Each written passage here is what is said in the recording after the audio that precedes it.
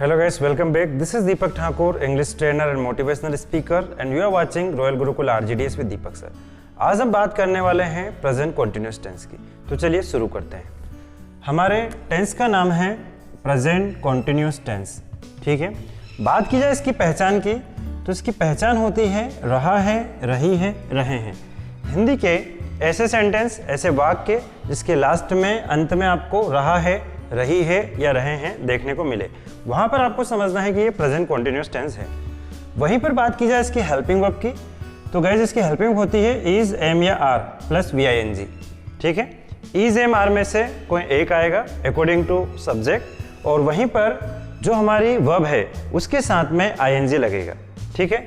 तो वर्ब में ING कैसे लगाया जाए, वर्ब में ING लगाने के कुछ नियम होते हैं। तो पहले हम बात करेंगे उन नियम की। अगर आप चाहें तो आप ये नियम आपकी नोटबुक में लिख सकते हैं, ओके। क्योंकि अगर आप लिखेंगे तो ज़्यादा आसान होगा इनको समझना, या आप चाहें तो स्क्रीनशॉट भी ले सकते हैं।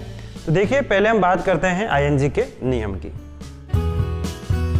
पहला नियम है कि यदि वर्ब में लास्ट में ई आए तो उसे हटाकर ING लगाते हैं, है ना। एग्जाम्पल के लिए देखिए, हमने लिया है मैक, MAK, मैक। अब यहाँ से जो ई है ये हट जाएगा और हम ING लगा देंगे, तो इसका हो जाएगा आपका मैकिंग, MAKING। सेम उसी तरह से अगला है साइन, इसमें से भी हम लास्ट से ई हटा के इसमें ING लगा देंगे, तो ये बन जाएगा आपका साइन।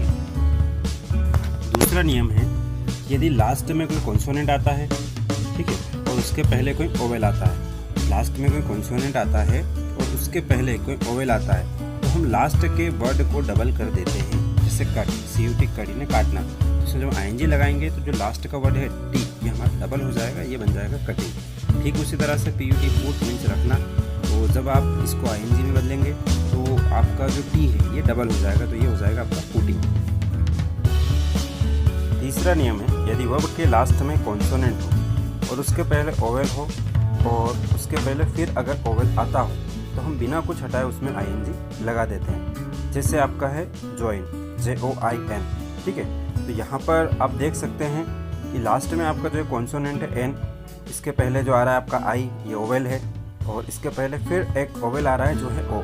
तो इस तरह से हम इसको सिर्फ ING लगा देंगे बिना कुछ हटाए, तो ये हो जाएगा आपका ज्वाइनिंग। चौथा नियम है, यदि वर्ब के लास्ट में Y आता है तो बिना कुछ हटाए ING लगा देते हैं। जैसे बाई, BUY, बाई यानी खरीदना, इसमें हमें ING लगाना है तो कुछ हटेगा नहीं इसमें से, इसमें सिर्फ ING जुड़ जाएगा, जो हो जाएगा आपका BUYING। ठीक इसी तरह से प्ले मीन्स खेलना, तो यहाँ पर हम ING लगाएंगे तो ये हो जाएगा प्लेइंग। पांचवा और लास्ट नियम है, यदि वर्ब के लास्ट में IE आता है, क्या आता है IE, तो उसके स्थान पर Y लिखकर हम उसमें ING लगाते हैं। जैसे TIE, टाई, टाई का मतलब होता है बांधना, इसको हमें ING में बदलना है, तो क्या करेंगे कि IE के स्थान पर हम Y लिख देंगे, तो ये हो जाएगा आपका टाइम। ठीक इस तरह से LI, लाई यानी झूठ बोलना, इसमें आपको ING लगाना है, तो LYING हो जाएगा। तो इस तरह से ये हमारे 5 नियम थे। आप चाहें तो स्क्रीनशॉट ले सकते हैं या लिख सकते हैं, लेकिन ये नियम आपको याद होना चाहिए, जिससे आपको ING लगाने में आसानी हो। उम्मीद करता हूँ कि आपको ING के नियम समझ में आए होंगे। आपको ये नियम जो है लर्न करना है, इन्हें याद करना है। अब चलिए हम आगे बढ़ते हैं। आगे अगर बात की जाए कि जो हेल्पिंग वर्ब है वो सब्जेक्ट के साथ किस तरह से यूज होगी, तो देखिए I के साथ में हम यूज करेंगे M का, I am। वहीं पर अगर हमारे पास में ही, सी, नेम, इट है, यानी कि हमारा जो सब्जेक्ट है वो सिंगुलर है, तो वहां पर हेल्पिंग वर्ब के रूप में इसका यूज किया जाएगा।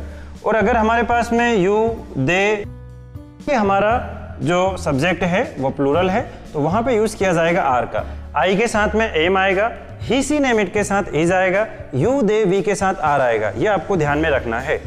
आगे बात की जाए इसके स्ट्रक्चर की, तो इसका स्ट्रक्चर कुछ इस तरह से रहेगा, subject plus is, am, are plus VING with object. Okay, VING मतलब वही, वर्ब के साथ में ING लगा देंगे।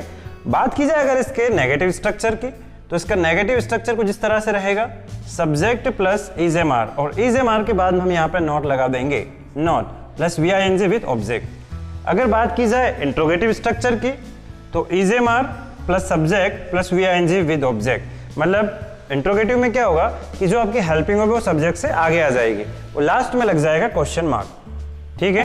तो ये इसके स्ट्रक्चर हैं तीनों, अफर्मेटिव, नेगेटिव, इंट्रोगेटिव के। अब अगर हम बात करें सेंटेंस की, इसका सेंटेंस कैसे बनाया जाए, तो देखिए पहला सेंटेंस लिया कि मैं अंग्रेजी पढ़ा रहा हूँ, हमने यहाँ पर 3 सेंटेंस लिए हैं, ओके। एक जो है एम के साथ में, इज के साथ में, आर के साथ में, तीनों के साथ अलग अलग।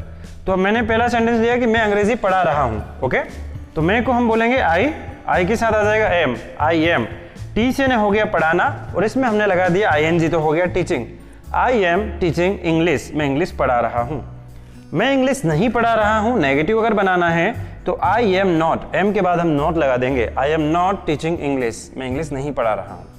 क्या मैं इंग्लिश पढ़ा रहा हूँ? इन दैट कंडीशन इंट्रोगेटिव में क्या होगा, एम हमारा सब्जेक्ट से आगे आ जाएगा। एम आई टीचिंग इंग्लिश, क्या मैं इंग्लिश पढ़ा रहा हूँ? वहीं बात करें हम दूसरे वाक्य की, दूसरे सेंटेंस की, कि वह खाना बना रही है, तो वह जो है, ओके, वह जो है कोई लड़की है, वह खाना बना रही है, तो वह के लिए हम यूज करेंगे सी का, और सी जो है वो सिंगुलर सब्जेक्ट है, सी के साथ आ जाएगा is. She is cooking, okay, cook में ING लग गया, हो गया कुकिंग। सी इज कुकिंग, वह बना रही है, क्या बना रही है? खाना। तो खाना जो है उसे हम बोलेंगे food, she is cooking food, वह खाना बना रही है। वह खाना नहीं बना रही है, she is not cooking food, वह खाना नहीं बना रही है। क्या वह खाना बना रही है? Is she cooking food, simple सी बात है, इज आगे आ गया। वहीं पर बात की जाए तीसरे सेंटेंस की, वे पतंग उड़ा रहे हैं, ओके, वे हैं, वे मतलब दे, और दे मतलब हमारा जो सब्जेक्ट है वो है प्लूरल, तो दे के साथ आ जाएगा are, they are flying kite, वे पतंग उड़ा रहे हैं। वे पतंग नहीं उड़ा रहे हैं, they are not flying kite, वे पतंग नहीं उड़ा रहे हैं। क्या वे पतंग उड़ा रहे हैं? इन दैट कंडीशन आर हमारा इंट्रोगेटिव में आगे आ जाएगा, are they flying kite and question mark, क्या वे पतंग उड़ा रहे हैं, ओके। मैं अंग्रेजी पढ़ा रहा हूँ, आई एम टीचिंग इंग्लिश, मैं अंग्रेजी नहीं पढ़ा रहा हूँ, I am not teaching English, क्या मैं अंग्रेजी पढ़ा रहा हूँ? Am I teaching English, okay. वह खाना बना रही है, सी इज कुकिंग फूड, वह खाना नहीं बना रही है, she is not cooking food, क्या वह खाना बना रही है? Is she cooking food. वे पतंग उड़ा रहे हैं, दे आर फ्लाइंग काइट, वे पतंग नहीं उड़ा रहे हैं, they are not flying kite, क्या वे पतंग उड़ा रहे हैं? Are they flying kite.